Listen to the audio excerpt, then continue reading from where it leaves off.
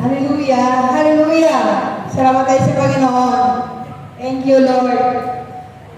Share ko lang yung naramdaman ko po kanina. Di ba pumunta ako ng CR? Para ako waligagain. Ngayon, yung tinawag ni sister kasi magpe-pray na nga daw. Parang nagdailan yung ako. Para ano yung madalas sumasakit yung dito ko. Nung nagpe-pray na po kanina, sabi ko, Lord, tulungan mo ko. Alisin mo to kasi ang hirap ang dala-dala ko yung sama ng loob ko sa buhay. Parang yung pipray din ako ni sister, yun na, inag-late ko na kay Lord na, kayo nang bahala, Lord, kung ano ang problema ko sa buhay ko. Ipapasalamat na din kasi ako sa Panginoon na kahit na inalis mo siya mahal namin sa buhay. Sabi nga, di ba, kahit tiwala tayo para sa Diyos, kasi wala naman posible, di ba?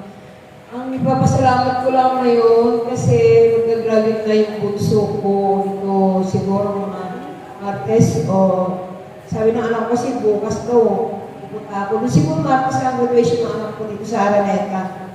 So I hope na pag-pray din natin na umatin ng Ama para sa graduation ng anak ko dun sa Araneta Coliseum. Kasi aminado po ako.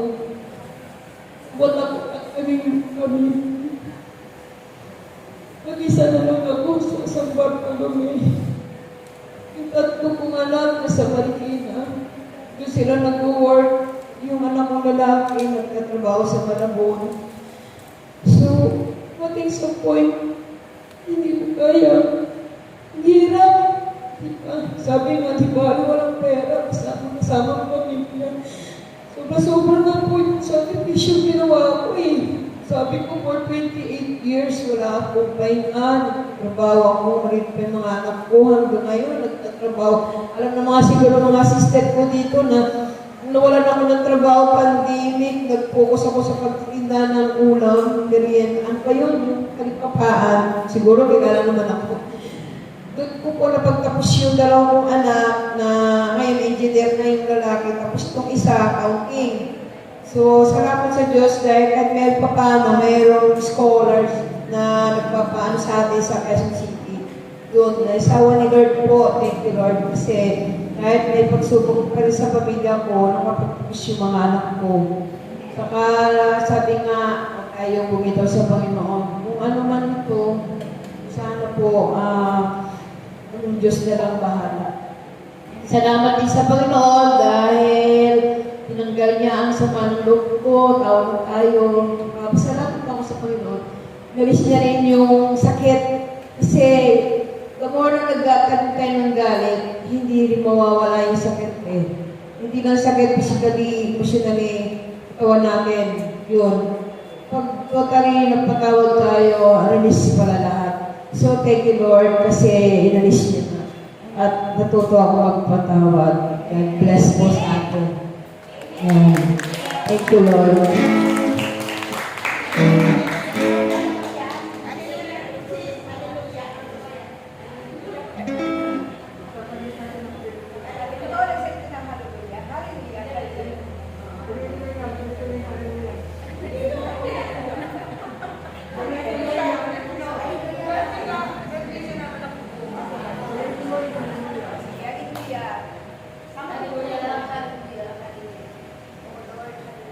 Mangbanan, Diyos,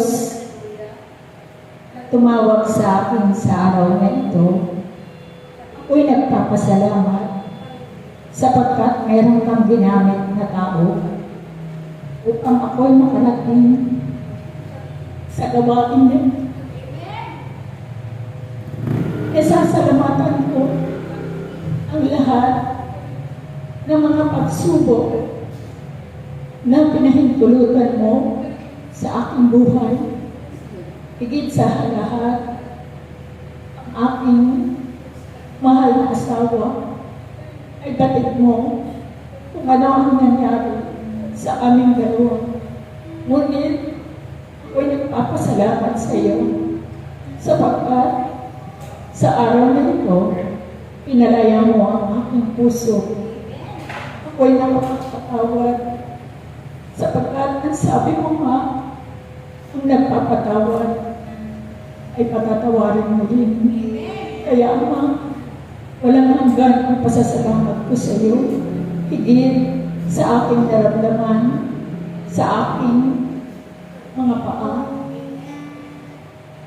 Dahil sa pagpapatawad ko, inalis mo ang lahat ng aking nararamdaman.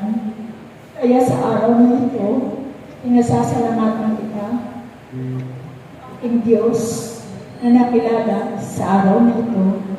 Ikaw ang Diyos na tumawag sa akin. Ikaw ang Diyos na aking paglilingkuran habang ako'y nabubuhay.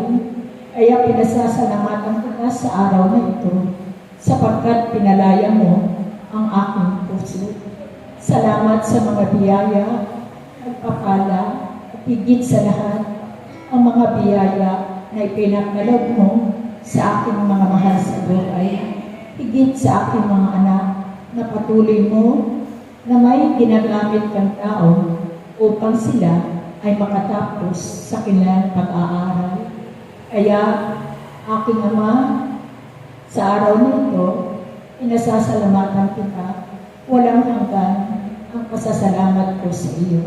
Salamat sa iyo at nakalaya ang aking puso. Salamat sa iyo, Ama.